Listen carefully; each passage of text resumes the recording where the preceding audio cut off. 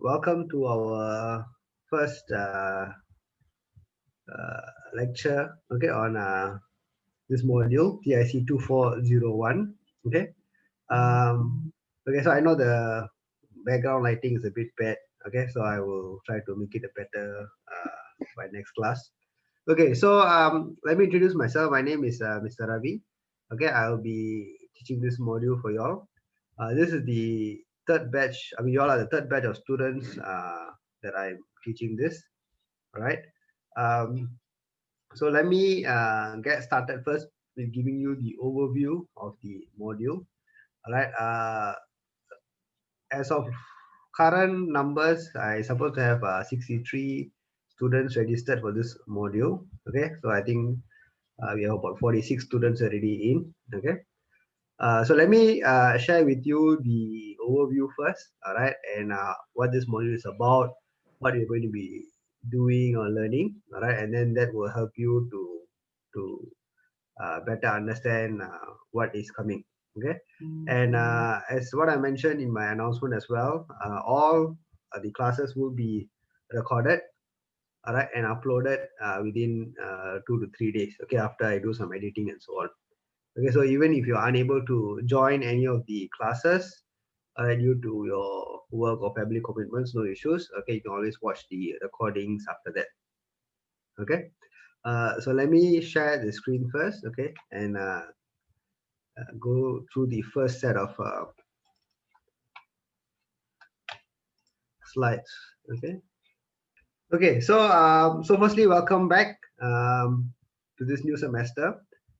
Definitely, it is a cold start to the year. I think about 2 years back we had something similar to this, and so it is still very cold and very wet weather. But of course, the good part I think about this semester is that hopefully, as things are getting better with COVID, things continue to be good for us.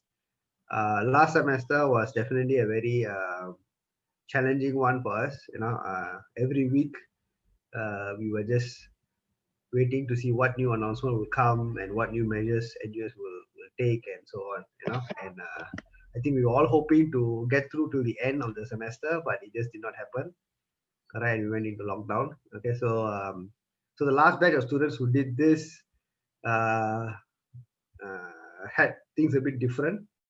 Okay, in terms of the things that we had to adjust for the assessments and so on. All right, but now things are better. Of course, I'll share with you more details on how we're going to do the assessment and making sure that everybody will be able to do this. Correct.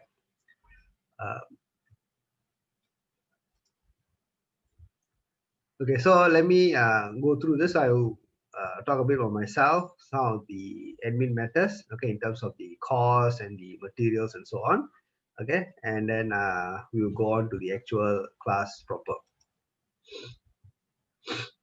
Okay, so firstly, again, my name is Mr. Ravi. Okay, I'm seated in this space here, COM20336. Definitely, I don't think anybody or any of you will be wanting to come and see me there, considering that most of us are now working from home. Okay, and even for myself, most classes due to the class size restrictions, okay, are done remotely. Only some of my labs for my daytime students, I go down to the campus. All right, most of my other lectures and tutorials are still conducted online. Okay, so this is my number here, my mobile number. Most of my students directly will WhatsApp me to communicate anything. All right, so questions, clarifications, you can directly WhatsApp me. Again, sometimes I may reply quite quickly. Sometimes it may take a while. Okay, so it just depends on when you ask and what I was busy with at that time. Okay, but I'll definitely reply. Okay, whether if you send me an email or you send me a text message or anything, I'll definitely reply. Okay, so if you want to consult me about any of the topics that we are going through beyond the class time, you can make an appointment with me. All right, then we can set up a Zoom call and go through whatever you want to discuss. Okay, or if we can just be done through email, we can also do it that way. Okay, in terms of my research interests and so on, generally I'm a computer engineering person, so I deal a lot with embedded systems in robotics and brain-computer interface and so on. Okay, so this is my general research focus and my teaching as well in the US. Okay, so let me go through the course materials. So course materials will be uploaded into Luminous, okay, on a weekly basis. All right, so I do not want to dump everything there at one go. Then it'll be a bit overwhelming, and you may lose track of which material to actually look at. Okay, so I will do it on a weekly basis so that you are able to see the progress as you go along. Okay, if in any case it's already Monday evening or Tuesday morning and you still do not see the material, okay, just let me know. Okay, maybe I did not do it properly or something went wrong, or I might re-upload it. Okay, so but I will definitely upload it by the weekend. Okay, so you have some time to prepare. Okay, so what is this course all about? Okay, so this course is technically sort of a merger of two different courses that we teach in for our full-time students. All right, this first part here. All right, so this first part here is from a module called 2100. Okay, so it's CS2100. Okay, called computer organization. And this module, basically for the full-time students, we go, it is of course when you say full-time module for the students, it is like a 13-14 week course, right, where we go in depth into very low level architecture of components, that means from logic gates, and then we build up more complex sort of components, and then we go up even higher to the subsystems of a processor, and then we learn how to build up a entire computing processor, okay, by integrating all the subsystems together. And then we also teach them how to do the actual programming at the processor level. Okay, so this is what the full-time students learn, okay, when we teach them the CES2100 module. Okay, so what this module TIC2401 does is it takes half of that, which is the part where we understand some low-level architecture of the processor, and we must be also able to understand and write some basic assembly language code, okay, for the MIPS architecture. Okay, so this is where we sort of draw the line between this module and the full-time students. Right? So we do not go even deeper to low-level digital components, okay, and some of the other stuff also we have taken out. So that is the sort of relation between the first half of this module with what the full-time students do. Now the other half here is about multi-threaded OS programming. Okay, so this is sort of a taken from so there's two modules that we teach here that deals with these concepts. One is CS2106, okay, and the other one is CG2271. All right, so both these modules are for the full-time students, and both these modules teach the students what the whole idea and concept of what is multi-threaded programming and how do you go about writing efficient multi-threaded software. Okay, again, in the full-time course, all right, we have a lot of other concepts that we have to teach them, all right, but since now we are taking only half of that, all right, we focus on the basic concepts, and important thing is how do you apply it. All right, so that is where some of the project and the labs come in, all right, where we give you some simple exercises to understand this concept so you can apply it to create a software application that will be multi-threaded, and then you understand the concept of this OS-based programming. Okay, so that is basically the idea of this whole module. Okay, so it teaching you a lot of stuff at the low level.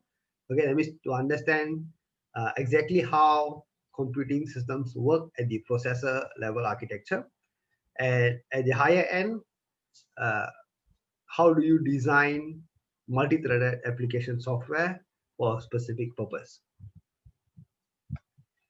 Okay, so these are some of the concepts you will be covering, things like number representation, programming, the architecture, and so on. Okay, of course, like I said, uh, some of the topics we may go into a bit more detail, some we will just touch at the surface level.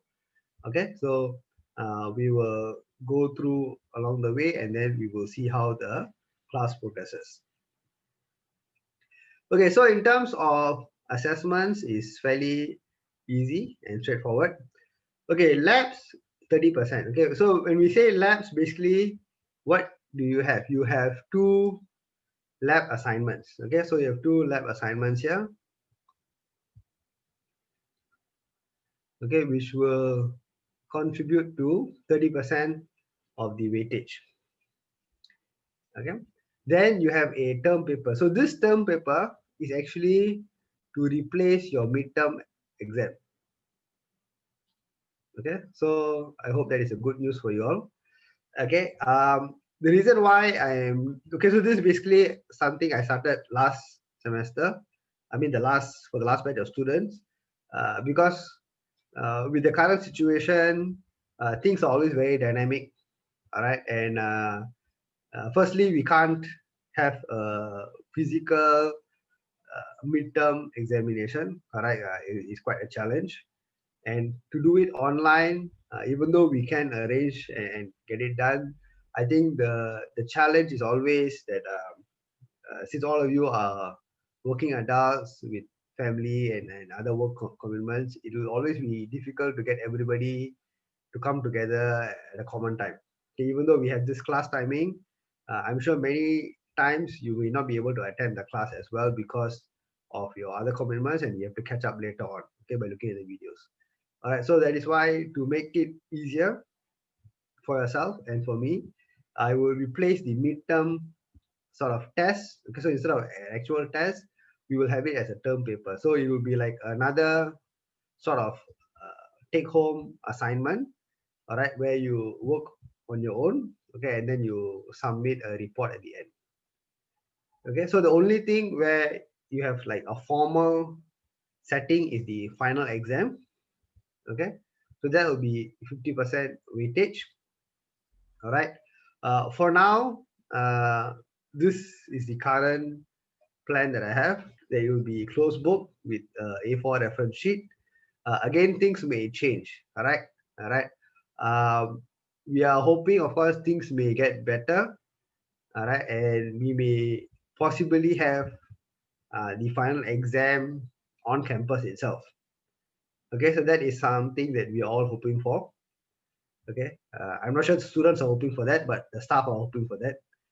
All right, if that is not possible, then we will go with what we have been doing in the last semester and so on, which is the Zoom online luminous quiz or exemplify quiz. Okay, online assessment with Zoom based sort of invigilation. All right, so that is the other alternative. Okay, so either way, there will be a final exam. Okay, so the final exam is definitely there, is confirmed. I think the date is, let me check, I think it's out in Luminous. If not, I will check and let you know. So the final exam definitely is there, and that one, you have to make sure you are available, okay, and you do set aside your time for that. So if you need to apply leave or tell your management much earlier, please go ahead and do it. All right, so the final exam is confirmed, will be there. Okay, it's just a matter of whether we have it on campus or we have it as a online version. So that one we will finalize closer to the date.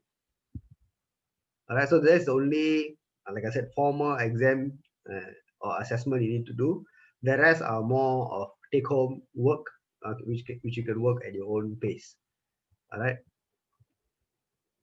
Okay, so another thing is, like I mentioned, I have my own YouTube channel which I started a few years back, and initially I started this channel to help my students with again, this was much earlier before COVID and all. So many students wanted recorded explanations of tutorial questions. So that's how I started this, but it has grown to something quite big right now. So I have a whole range of videos and stuff on my website and my channel for different age groups, all right, from primary school all the way to university students and so on. Okay, so even for our class, all right, I will take all the recordings and I'll upload them onto YouTube, and then from there you can reference them. Okay, so this is the website as well as the channel. Okay, so the lectures will also be uploaded and the tutorials will also be uploaded. All right, so anytime you can refer to either one to recap whatever we have discussed in class. Okay, so that is basically the end in for the first part, which is the overview and the sort of the plan. Okay, so if you look at the timetable, what they have done is they have scheduled the first hour as tutorial. Starting next week is supposed to be first hour tutorial, another 2 hours of lecture. All right, but since this module from the beginning has always been a group tutorial, that means I conduct the tutorial uh, with the entire class at the same time. All right, so since I am the one managing both the lectures and tutorials, what I do is starting next week onwards at 6:30 we will start class proper. That means at 6:30, okay, we will start. Okay, and what we will start with depends on what we have covered so far. Okay, that means I may start off with finishing up the lecture material, or I might tell you ahead of time that okay, we're going to start off 6:30 with the tutorial.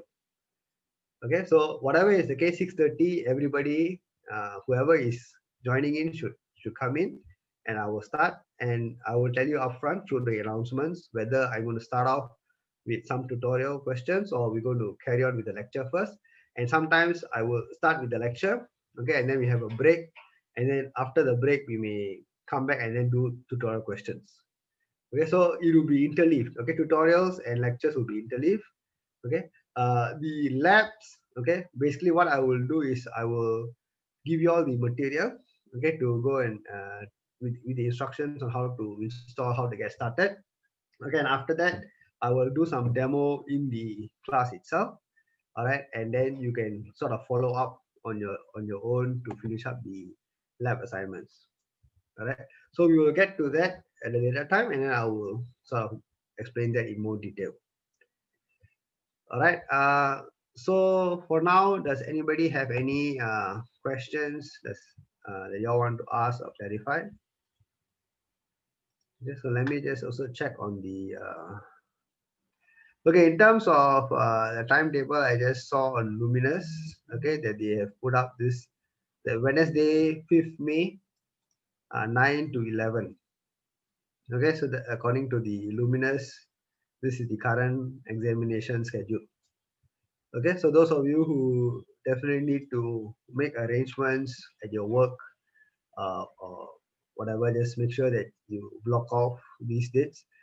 So you can also check Luminous for your other modules exam dates as well if they are available. Okay, and make sure those dates are blocked off. All right, for your work related stuff. Okay, so let me move on to the next set of slides. Okay, so in this module, you're going to be learning programming languages. So the first language we're going to be going through is C. Some of you may have already done C in your earlier modules or in your work, which is great. Okay, so if you are already proficient in C, then you just take the next 1-2 slides. I mean 1-2 set of lecture material as a recap and revision. All right, and then to just review your concepts.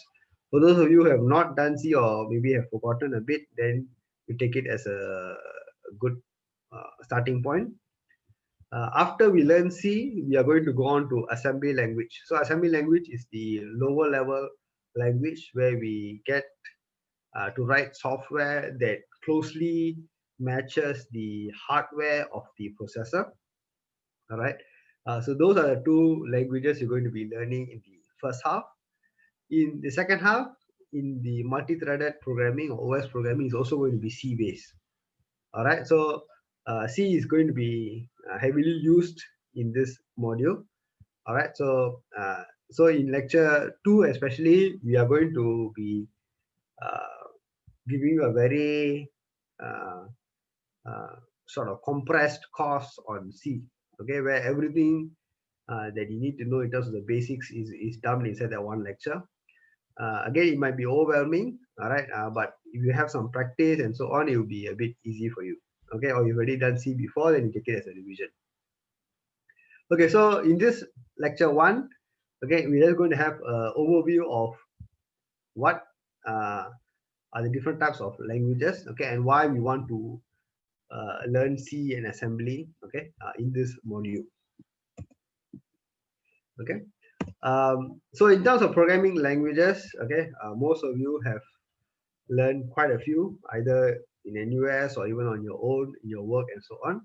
All right, so what we can say is basically a programming language is basically a way of specifying some instructions so that a computer can help us solve problems. Okay, so that is the whole idea, right? The programming language is just telling instructions so that somebody else, or in this case, the computer, can solve our problems. Whichever language you choose, okay, that depends on what you're trying to do and what is the objective you want to fulfill. Okay.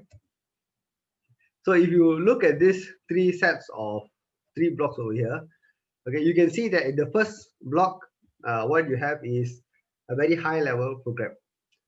Okay. So in what we show here is C.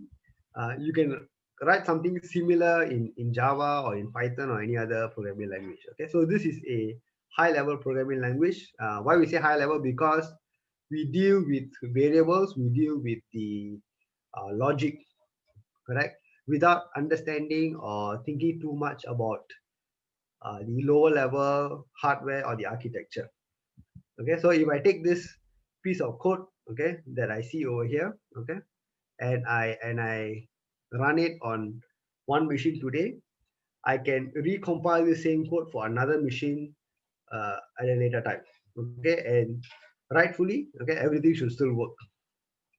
Okay, so that is what we call high level program. Okay, where you write stuff at a level where you see that the lower level details are transparent to you. Okay. Next is the lower level programming, okay, which is what we are going to be learning in this module. And this is basically what we call the assembly language. Okay, what we call the assembly language programming.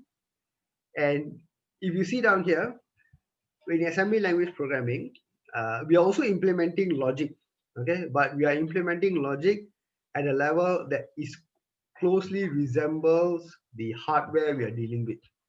Okay, so what is T1, T2, and so on? So these are all hardware storage spaces that we have inside the processor, and we are writing instructions that directly deal with the hardware. Okay, so again, this is something we will study in more detail later on. All right, exactly what are these sort of storage spaces, or what we call registers, and how do we write the software that best resembles and deals with this hardware that we have. Okay, but eventually, okay, all computing systems are basically digital devices, which means that ultimately they only recognize binary, correct, zeros and ones. Okay, so no matter what you do, ultimately it translates down to ones and zeros, which computers will eventually execute. All right, so that is something that we're going to be looking at. Okay, we're going to be looking at how ones and zeros are actually channeled into a processor, and how the processor interprets these ones and zeros to do all the different things that we ask it to do. Okay, so that is something that we will be learning pretty soon. Okay, so C programming language again is one of the most uh, heavily used languages even to this date. All right. Again, it's created in the early 1970s. All right, but until now, okay, it is still one of the most prominent and well-established languages in many areas. Okay, especially if we talk about low-level systems or embedded devices and so on. A lot of stuff is still written in C. Okay, the reason why many of these devices are still written in C is because it is something that is very close to the machine level. Okay, that means it's easy for us to translate C code into actual machine level code and directly deal with hardware. All right, so that is one reason why C is still very much used. Okay, of course, in many schools right now, they have moved away from C to teaching Python. Okay, I mean, in the past, C used to be the default language for anybody who wants to get started with programming. Okay, now it has moved towards Python. Okay, and I think it's more because of the syntax and the ease of use that makes people more comfortable with Python. All right, but still C is still one of the most sought after languages. So this is just a basic hello world code snippet.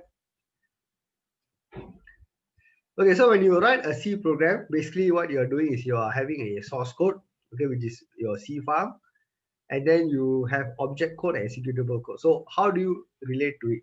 So first of all, you have an editor. Okay, depending on what kind of systems you are comfortable with, in some systems you can have a complete environment where the editor is built into the environment where you write the code directly.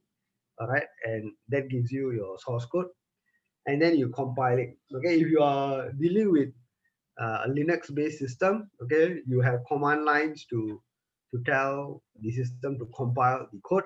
All right, again, if you are dealing with a Windows based system, you probably have some button there itself to directly compile the code. So when you compile the code, you create object code, and then what you eventually will do is you will link it with other object codes, all right, and other functional libraries to create the final executable code. Okay, so when you run the final program, basically what you have is the final executable code. Okay, so this gives you an idea of what is happening here. So at the high level languages, as you can see, we are dealing with abstraction where we just look at the logic that we want to implement so that it's easy to change, easy to port over, and so on. When you talk about compiling, then you generate assembly language, and this assembly language that you generate is something that matches the hardware that is going to run on.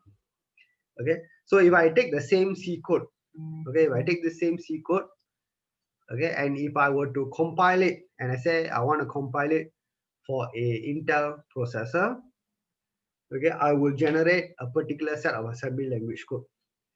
Okay, but in the same thing, I take it and I say I want to compile it, okay, for a Motorola processor, I will generate a different set of code. Okay, or again the same thing, and I say I want to generate it for the ARM processor. Okay, for the ARM processor, then I get a different set of assembly language code. Okay, because the assembly language code is basically what is generated as the result of the compilation process. Okay, and you will generate code depending on the actual hardware you're going to run on. Okay, and then finally that assembly language code will be translated to the machine code through the assembler, which is basically the ones and zeros that your processor will execute. Okay, so from this already you can see why everybody wants to stay as high as possible. Right, because when I stay as high a level as possible, it's easy for me to port over, correct, to any lower level hardware later on. All right, the moment I go lower or I go deeper into more specific processor-based code, then porting to something else will become a huge headache for me. All right, so that's why we always try to see how we can stay at the high level and still produce efficient code. All right, but it's good to understand what is happening at the low level. All right, so we know that there's always a link, correct, between what I do at the high level and what I do at the low level. Okay, so at the higher level, we have this application software that we can write. All right, and then what happens is that application software that we write runs on a operating system. Okay, so if you take, for example, your PC, for example, okay, when you open up your Microsoft Word, all right, and you start typing your document. Okay, so that Microsoft Word and MS Office, that is an application software, and this software is running on the operating system, which is on Windows, for example. All right, so the operating system itself has its own set of drivers, its own set of code, okay, to multitask and to allow you to run your application software effectively, correct, without any issues. Okay, so when you are using application software, all right, you are able to compile code, assemble code, or link code, for example, all right, that will eventually be running on the operating system. So the application software is running on top of the operating system that is being currently used. Okay, but all this is still software, correct? How about at the hardware? So the hardware is where you have your processor, your memory, your IO system, correct? So in your computer, you have your main motherboard, you have your CPU, you have so much of storage, you have so much of RAM, and so on. Correct? So that is at the lower level. And for all these subsystems to work together, for your processor to talk to your memory, to get data from your keyboard, to display things on your monitor, and so on. Okay, so it needs to execute code. All right, so there is a lot of interfacing between the processor, the memory, and the IO. Okay, there's going on at the lower level. All right, so that is your data path and control design of how your architecture is. Okay, and of course, if you go even deeper, you talk about digital logic itself, correct? The gates, okay, the multiplexers, the decoders, and so on. All right, and of course, if you go even deeper, you're talking about actual circuits that you can design to create the logic that you want. Okay, and if you go even deeper, then you talk about analog stuff. Okay, resistors, capacitors, transistors, and so on. Okay, so you can go deeper and deeper into the hardware to a very, very low level. Okay, so on one side you have software, all right, which is what we are dealing with, and on the other side you also have hardware. All right, so this link, all right, between the software and the hardware is basically what we call the instruction set architecture. Okay, so what is this instruction set architecture? It basically gives us the bridge between the software and the hardware. All right, that means how we are going to translate whatever software that is written to efficiently run on the particular hardware that you have. Okay, so that is your instruction set architecture. Okay, which is what you will be learning later on for a particular processor that we are focused on, which is the MIPS. Okay, the operating system, like I said, is something that we will be doing in the second half of the module here. Okay, and this instruction set architecture, okay, in terms of the processor design, the memory interface, the data path, okay, how the processor actually is wired up together, okay, to work. Those are the things we'll be covering in the first half of the semester. Okay, so this is just to give you an idea, okay, like what I said just now, from the highest level, which is here. Okay, okay, so this is like in C and so on, and then you translate down to assembly. Okay, and then from there you get your machine code. All right, and then from there you can translate it to the actual hardware. All right, which is your ones and zeros. Okay, and then finally you can even talk about the actual low level circuit design. All right, so we can go even deeper and deeper, okay, which is something that the full-time students do. All right, so like what I mentioned, the CS2100, we go all the way to the actual digital logic gate level, all right, to make sure that they understand what is really happening at the lowest level. Okay, but in our case, okay, for this module, we are going to be going up to here, the assembly language. Okay, so we're going to look at C, we're going to look at assembly language, plus we will look at the actual processor architecture in terms of how the code from this assembly language perspective gets translated once you send it to the processor. Okay, so we'll be looking at that as well, how the processor design or is going to be designed to make sure that each assembly language instruction can be executed correctly. Okay, so just to recap, what is a computer? Okay, so basically a computer is basically something that augments our ability to solve problems, okay, in an effective way. All right, so with a computer, what do we have? We have two things. We have the power of storage and the power and the speed of calculation. All right, so we can store a lot of data and we can process this information very, very efficiently. Okay, so that is what the computer does for us. All right, and that is through the software that we develop. So when we talk about computer organization, okay, we are talking about how systems come together. Okay, so of course in this picture you talk about at a very higher level where you say, okay, I have a monitor, I have a keyboard, and so on.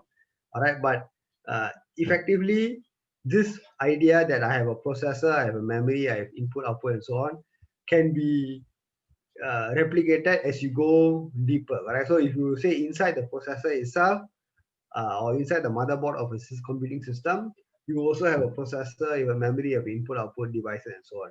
And this can be in many devices, right? So if you look at it, inside your scanner, you also have its computing system. Your printer is also a computing system. Okay, your keyboard is also a computing system by itself. Your mouse is also a computing system by itself, because each of these devices have some processing capability, have some memory, have input output, correct, and they are processing information through the software that is written inside each of these devices. So technically each of these peripheral devices is a computer by itself. Okay, so again, these are just some pictures of computing devices. All right, now so like what I mentioned, the CPU, okay, the processing unit is basically the one that is in charge of executing our instructions.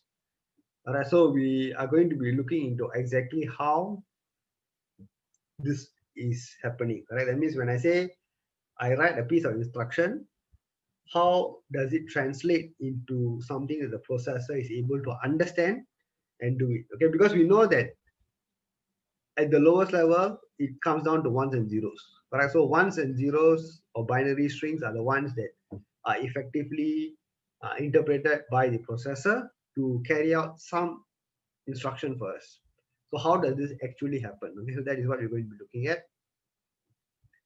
Okay, so this just gives you the overview of how a system is actually interconnected. All right. So of course, this is again when you look at the motherboard design here, you're talking about the processor, okay, which is this, okay, with all the other subsystems. All right. So we're talking about memory slots. We're talking about graphics interface, communication ports like serial, USB, and so on. But they're all effectively trying to communicate with each other through the processor.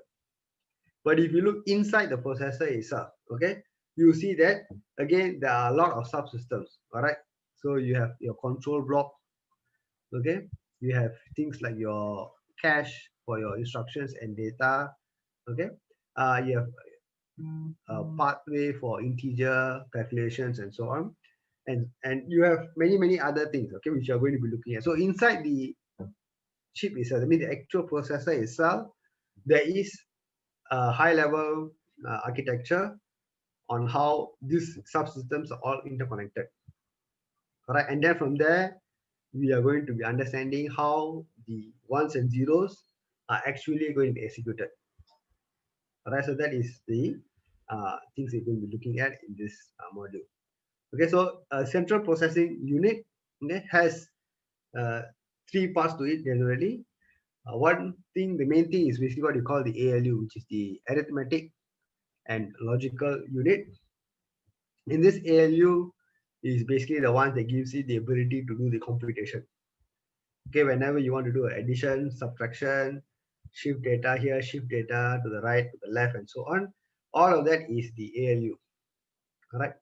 Now, then you also have the control unit, which will decide how data will flow through the processor while it's executing. And since when you write a piece of code, you still need to store it somewhere, you need to retrieve it. That is where the memory comes in. And every computing device will have some form of input output. Okay, so in a computer, you have your keyboard, you have your screen. All right, in other devices, maybe you just have buttons, you have LEDs, and so on. Okay, but ultimately, you have some input and some output for your computing device. So of course, these are just images to show you some a lot of innovations in this next gen devices. All right, so of course, there are stuff we see in the movies. There are stuff that people are talking about in terms of the neural link, brain computing interface, much more improved, innovative user interface, and so on. Okay, and of course, computers themselves are getting more and more compact, okay, and small. See, this one is basically a computer in SD card. You have a computing device even fitted onto something smaller than a rice grain, okay, and so on. And of course, one of the exciting things is basically the revival of the processor war that started last year, correct? So I think I'll not go into the details, but I think if you've been reading the news last year, you basically know that there is now a new battle, okay, on who is going to be coming out tops. All right, so there's a lot of competition, a lot of innovation, stock of mergers, and so on. All right, so it is quite. I think last year was quite an interesting year for this processor-based environment. All right, with a lot of companies coming up with a lot of innovations. Apple also coming in with their own processor and so on. So I think it's an exciting time. All right, and things are just going to get better. All right, with things. With the way things are moving. Okay, so there's a question, is ARM processor the same concept? Okay, so every processor, the way it behaves is generally the same, all right? But in the internal architecture, okay, that means the number of registers it may have, the actual flow of some of these control signals and so on. Some of these details may be a bit different, okay? But the whole idea of how a processor works, okay, is quite the same regardless of which architecture you deal with. Okay, it's just the small details about maybe one being a bit more efficient because it has more registers, or the way the internal blocks are designed makes the data flow a bit more efficient, more faster, and so on. All right, but if you learn one processor architecture, you can more or less extend that to any other processor architecture later on in the future. All right, so that is the good part. Okay. So again, computer organization, like I said, is the bridge between the hardware and the software. Okay, where we are trying to get a good understanding of where we are. Okay, what in terms of how a piece of software can get translated into the actual hardware that we're going to deal with. Right? Because until now, you may have done a lot of software development on your own, okay, or in your other modules, all right. But in most cases, when you say you're doing software development, you're talking about, okay, I have my PC, I write my software, and it runs. Okay, but now we are going to come back to the basic question to say that, okay, now you have this system, it runs, but what is actually happening when you say you run this piece of code? Okay, what is actually happening at the actual hardware of the system? All right, so that is what we are trying to understand. Okay, so all of you can write code, all of you can do that very well, correct? So in this module, what we are going to focus on is, okay, now when I execute my code, what is actually happening at the lower level that is allowing my platform, my computing system to execute my code and give me the correct result. So that is what we're going to understand here.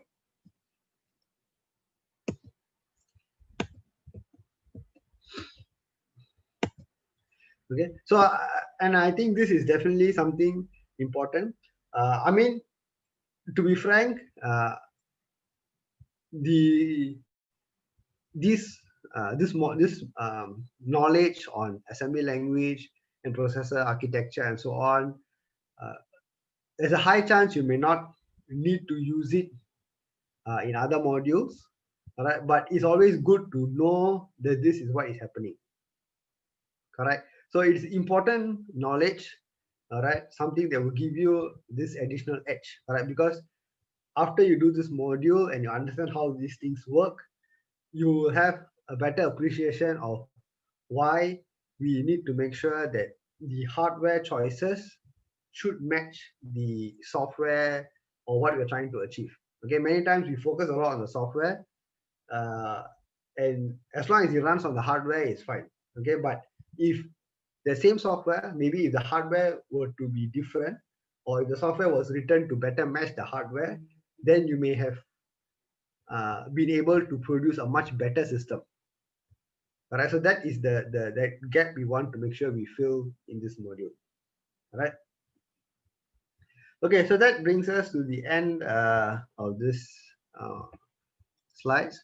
Okay, so what I will do now is I will just give you all a short 10 minutes break, and I will start off on the lecture 2 material just to give you some starting up. Okay, and we will end a bit earlier today because this is the first lecture. All right, and I just want to start off the lecture 2 so that you can, those of you who are keen to carry on your own, you can go through the material and start, preparing yourself, even if you can't come for the lectures.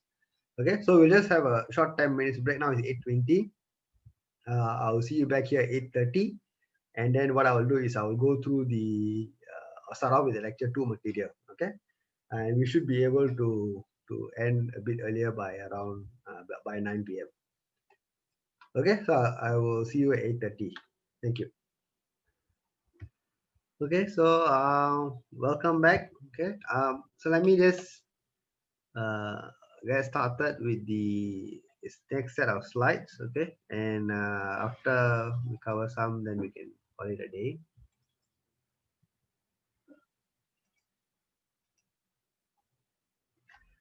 Okay, so again, like I said, we are going to be using C extensively. All right, so it's good to make sure that you have a good recap of it.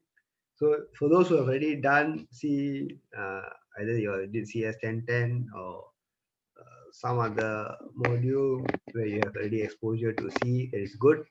So just take it as a revision, right? If you have not done C before, then you probably need to put in a bit more effort just to make sure that you remember everything. Okay, so let me go through some basic C programming concepts. Okay, so it's quite a very crash course, I would say.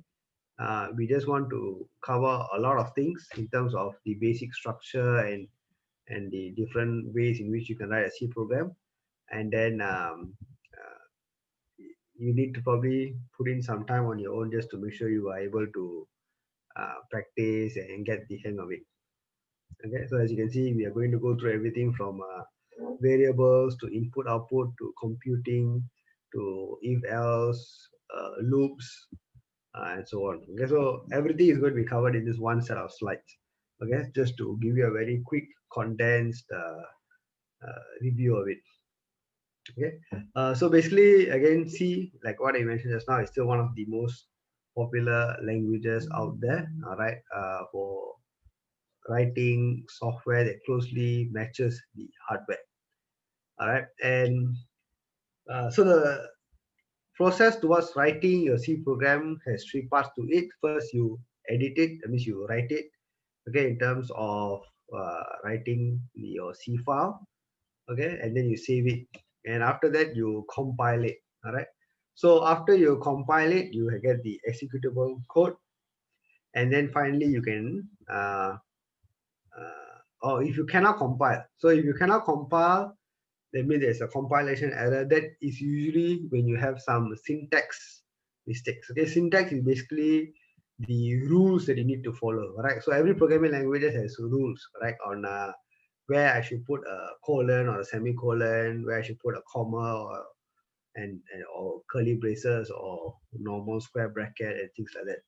Okay, so you need to make sure you understand these rules when you write the software. Okay, if you do not follow any of these rules, then it will generate what you call a compilation error. The good part is, of course, most compilers nowadays are quite smart. Okay, they can give you quite specific information on what went wrong. Okay, so instead of just telling you that this line is error, they will tell you, okay, this line missing parenthesis or missing semicolon or something like that. Okay, so usually looking at the error log itself gives you a very good idea of where your mistake is. And finally, once you fix all those compilation errors, you can directly sort of execute it and see the output. Okay, so of course, this example that is shown here is if you're working in a Linux-based environment. So if you're working in a Linux-based environment, you can use any editor like Vim or GVim or Nano or anything, and you can open up a text editor to edit your file, and then you use the GCC. Okay, there is the GNU C compiler to compile your code, and then it will generate a output file which is a .out. Okay, and this is basically the executable, which you can just call out and it will execute the program for you.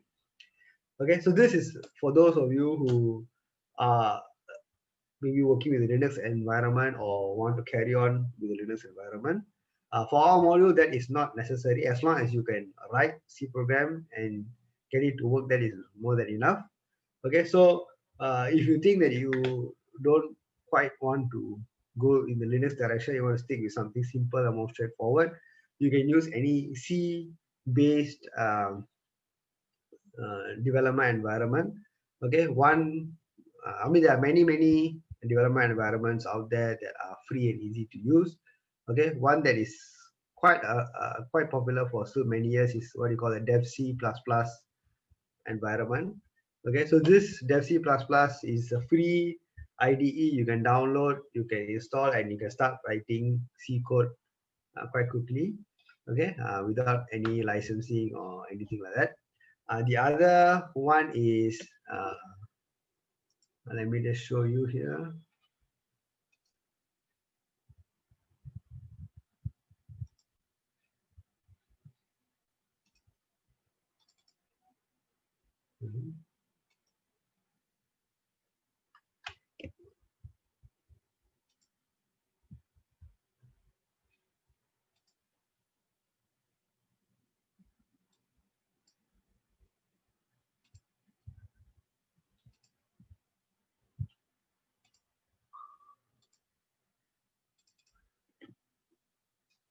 Okay, so the other one is this. There are many online sort of C development tools available as well. So one is this thing called onlinegdb.com. Probably most of you have already used this before or have heard about it. Okay, there can be many other environments as well. Okay, so you can use any environment you like. Okay, again, we are just making sure that you are able to write proper C code with the correct syntax, you know all the rules, and you know how to do all the basic stuff like loops, if else statements, switch case, functions, pointers, and so on. So we just want to make sure you understand all these basic concepts, so you can practice and revise using any environment. Okay, so you're not limited to any particular one. Okay, so let me carry on with the lecture here. Okay, so this is where we stop. Okay, where okay, so instead of Linux, you can choose any environment that you're comfortable with. Okay, so after you execute the result, after execute your code, you get a result.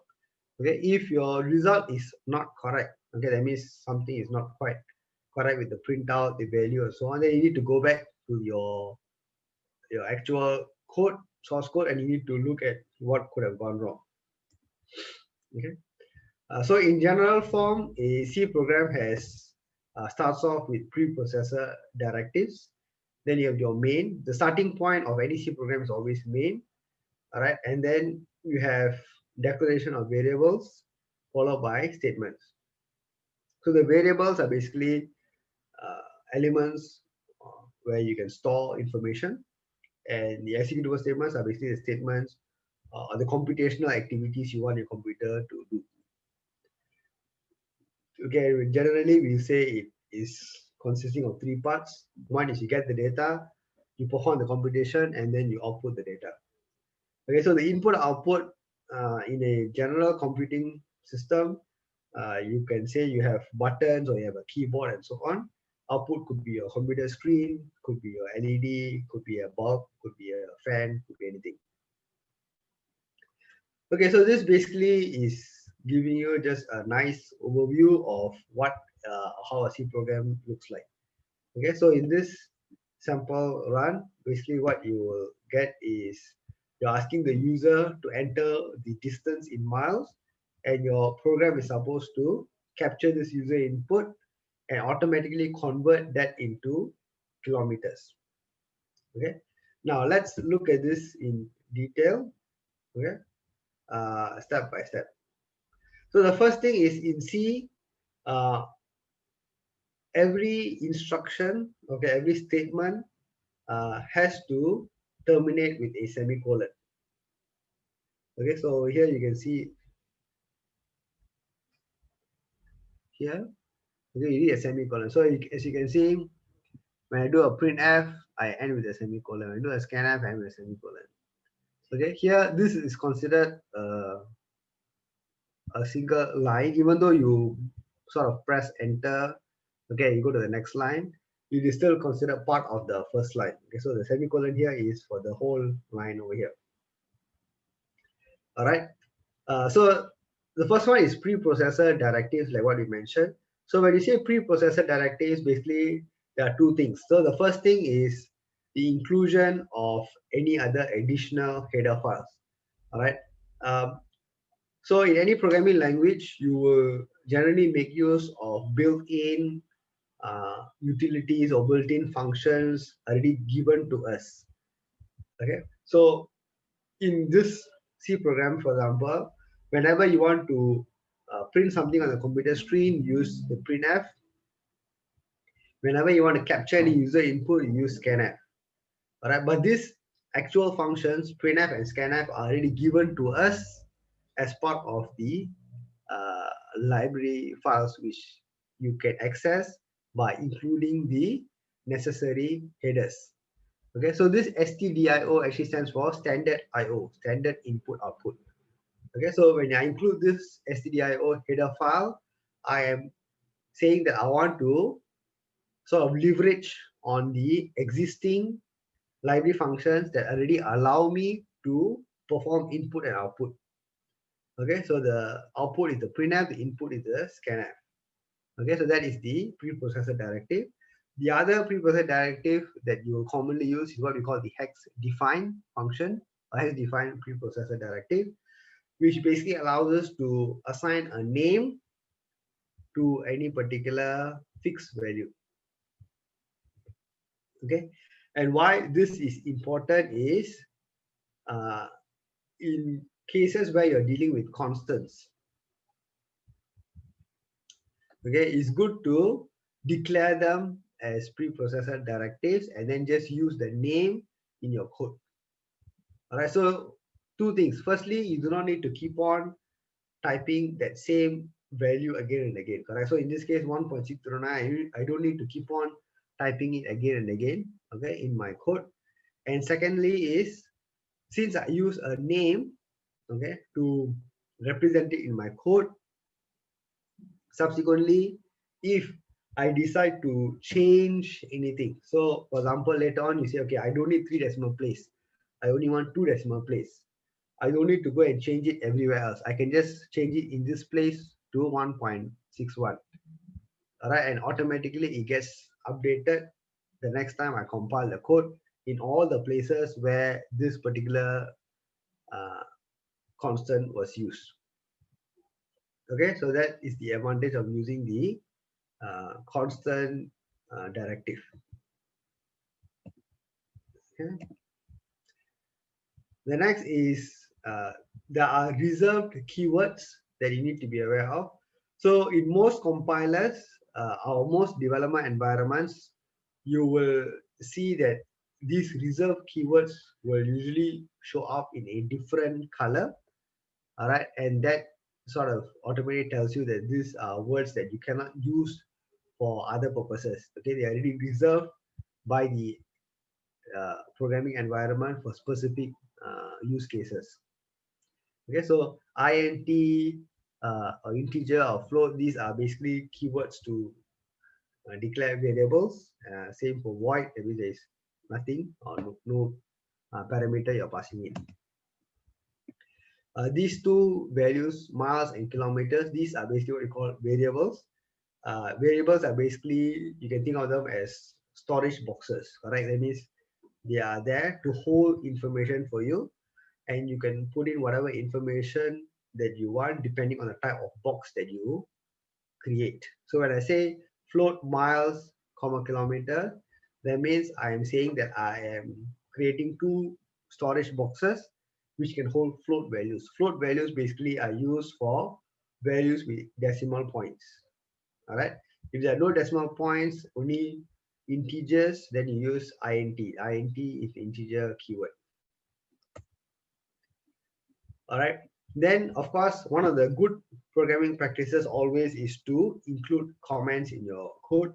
And this is important because your own code, you look at it 1 week later, you will forget why you wrote this line, why did I put this number. Okay, so it is common, right? Because generally, you may be working on many different projects at the same time, all right, and you may get a bit confused sometimes. Okay, why did I do this here? Why did I do this in that file, in this file, and so on.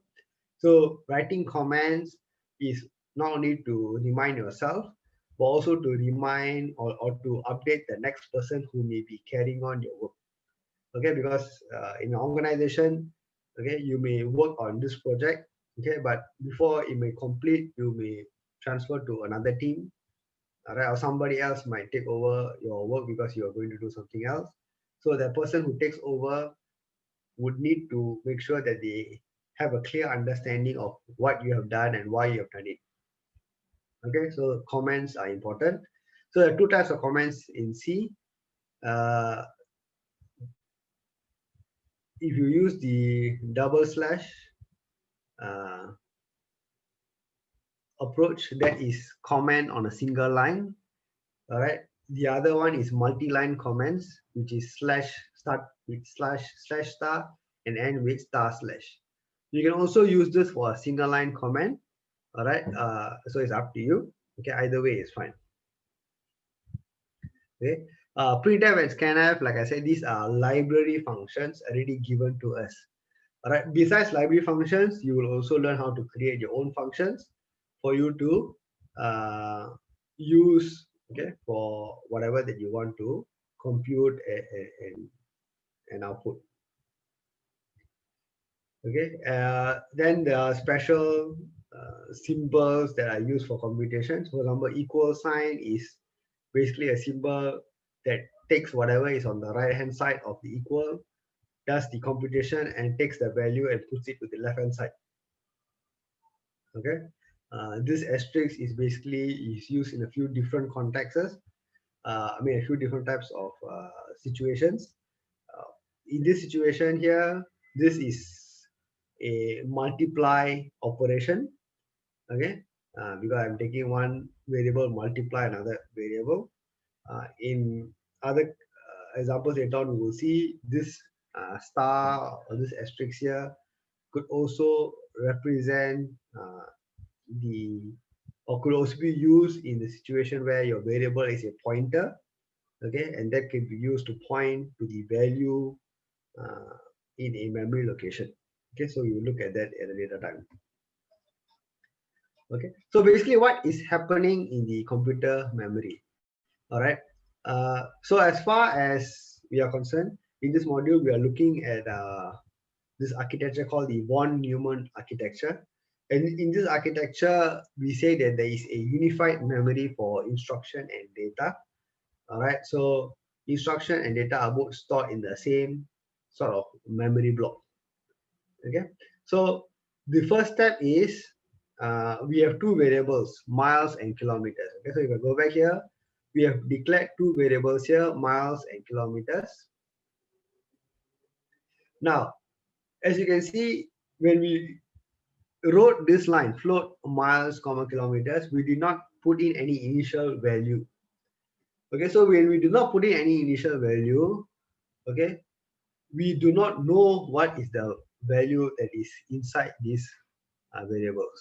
It could be 0, it could be any other random value.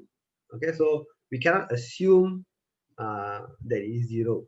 Okay, so this is something that you need to be careful, okay, when you are writing your code. Now, the first step is you ask the user to enter your miles information. That is the printf. And then you want to capture the user input. So when you want to capture the user input, you use the scanf. Okay. So scanf is to capture the user input, whatever that your user is entering in the keyboard, and put it into a variable. So in this case, the variable is miles. And important thing is whenever you use scanf, you must put a ampersand sign in front of the variable name. Okay, so that is to ensure that it goes into the actual address of where this variable has been allocated to in terms of the memory address. Okay, and finally, after you get the user input, you do the computation. Okay, and that computation is basically this line over here to convert your miles to kilometers. Okay, and once you are done with that, okay, you can print it out. Okay, so like what I mentioned, this is the von Neumann architecture idea. All right. Again, we are not going to go into too much of detail right now. Later on in the next set of material where we are going to look in the actual processor architecture and how everything is interconnected, you will see how this actually is implemented. Okay. But for now, you take it that, like what you mentioned, every computing device has three things: the CPU, the memory, and the I/O.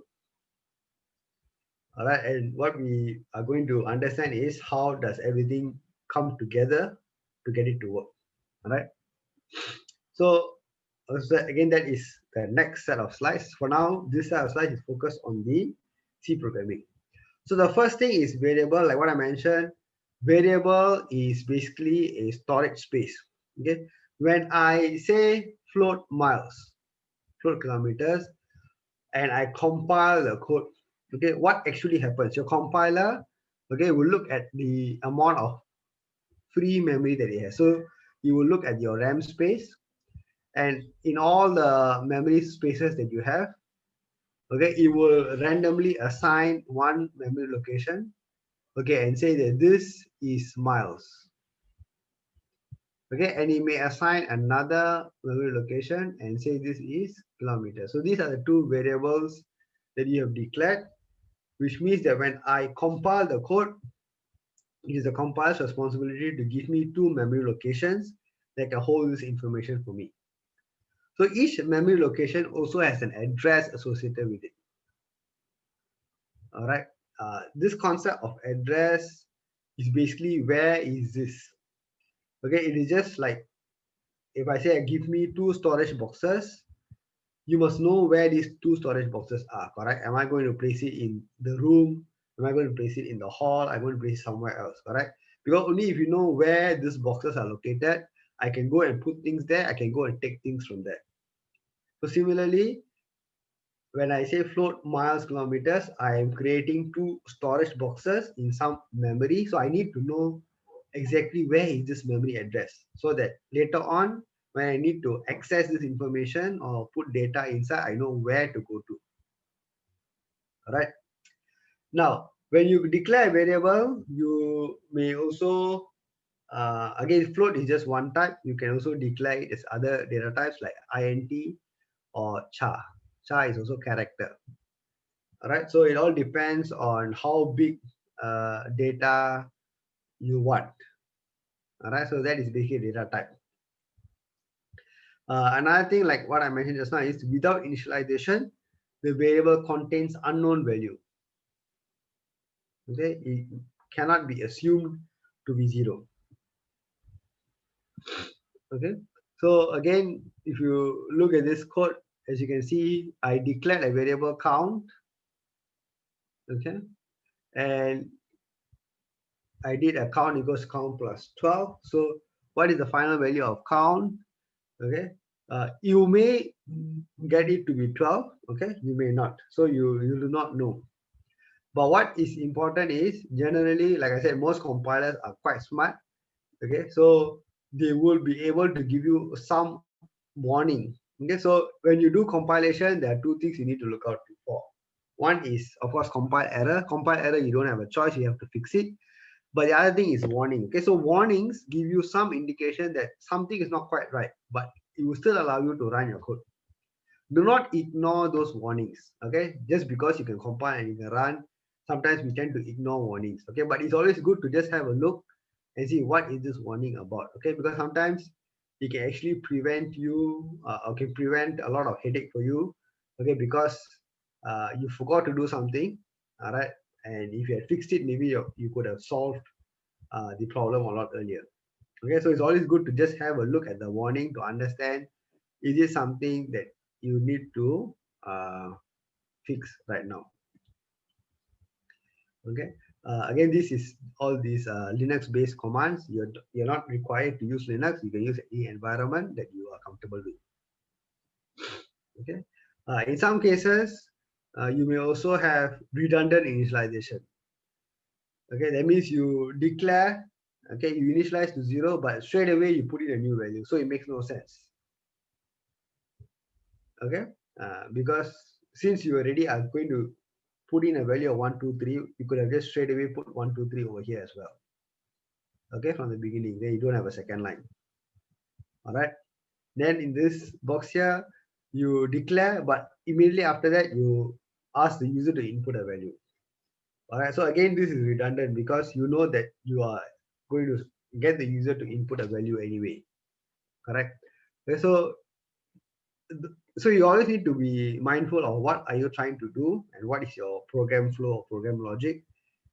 Though both of these boxes are considered logically no issue, correct? It is just a matter of making your code more efficient and readable. All right. Okay, in terms of data types, okay, there are many different data types in C. The common ones are, of course, integer, float, or double, and char. Okay, and these are basically the use cases. Now, important thing to note is only character, okay, or char variables have a fixed 1 byte size. All right, integers, floats, doubles a bit of a gray area because it is not clearly defined. Okay, it is very much dependent on the system you're running on. Okay, so again, in most cases, you say that integers are 4 bytes. Again, I will say most cases. Float or double, again, is 4 bytes for float, 8 bytes for double. But again, things may change. Right? These are not guaranteed because different computing platforms, different compilers may interpret these things differently. All right, the only thing that is constant is character. Character has always been very constant. Wherever you go is always a 1 byte data. Okay, so another thing is okay, so in the next class I will give you more examples and some coding examples on how you can look at all of this. And in my just now before the class, I also uploaded a set of a zip file which contains all the sample code that is actually being shown over here. All right, so you don't have to type out everything yourself. You can just unzip that file and straight away use that C code to test it out and see for yourself how it works. Okay, so let me just finish this 2 more slides and then we will end for today. A programming language, okay, you can say it either strongly typed or weakly typed. Okay, when you say it's strongly typed means, okay, when in C we say it's strongly typed because when you declare a variable, you must declare it with its exact data type, okay, and you need to make sure that you stick with that data type. Whereas in Python, JavaScript, and so on, it is weakly typed. That means you can create variables which can hold different types of information or different types of data interchangeably. Right? That means the same variable I can put in number, later on I can put in a string, all right, and there's no issue. Okay.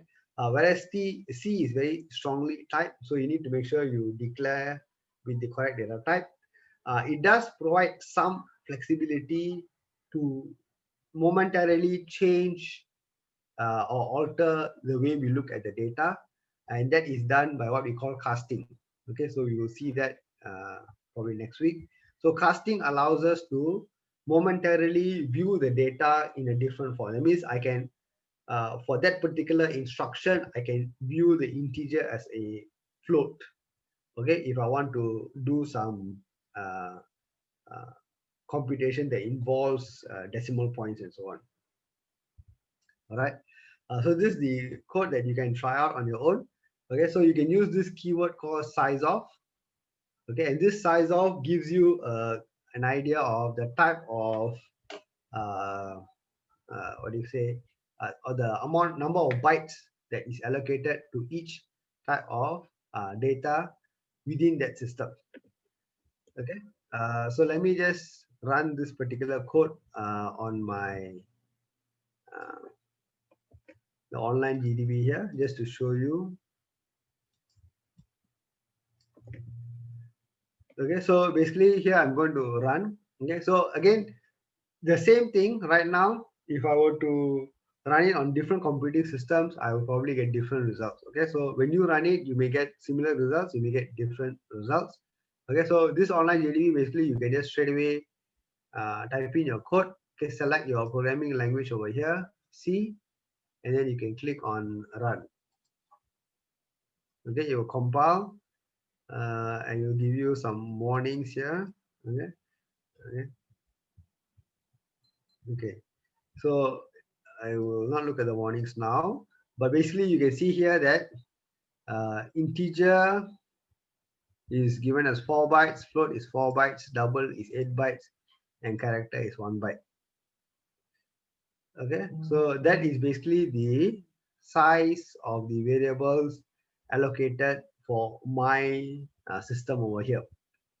All right, again, I would presume the most of you would have something similar, but you might have something different, okay, depending on what kind of platform you're running it on. Okay, so all the sample code here, okay, so you can see data types.c, and also all the code has a file name associated with it, and those files are already in the zip file that I sent just now. Okay, so what I'll do is I will end here for today. Okay, so the next lecture, next Tuesday, we will start at 6:30 and we will carry on with this first. Okay, so next Tuesday we'll start off at 6:30, we'll carry on with this and finish up the rest of the slides on C programming first, and then we will start the next topic on number systems. All right, once we finish C programming and number systems, then we will start off, then we'll go to the first tutorial, okay, which is to review number systems and C programming concepts. Okay, so that's it for today. So next week, Tuesday, we will start at 6:30 p.m. Again, do not be worried if you can't make it. Like I said, every class will be recorded and will be uploaded, okay, for you to reference both the entire class. All right, so I will upload it. So in between, I will also put in the timing marker so you know exactly where the tutorial start and so on. Okay, so it's easy for you to reference. Okay, so that's all I have. So thank you very much. Okay, those of you who have any questions, you can ask me either in the chat or you can unmute and ask. If not, if you have no questions, you are free to log off, and I will see you all next week. Bye.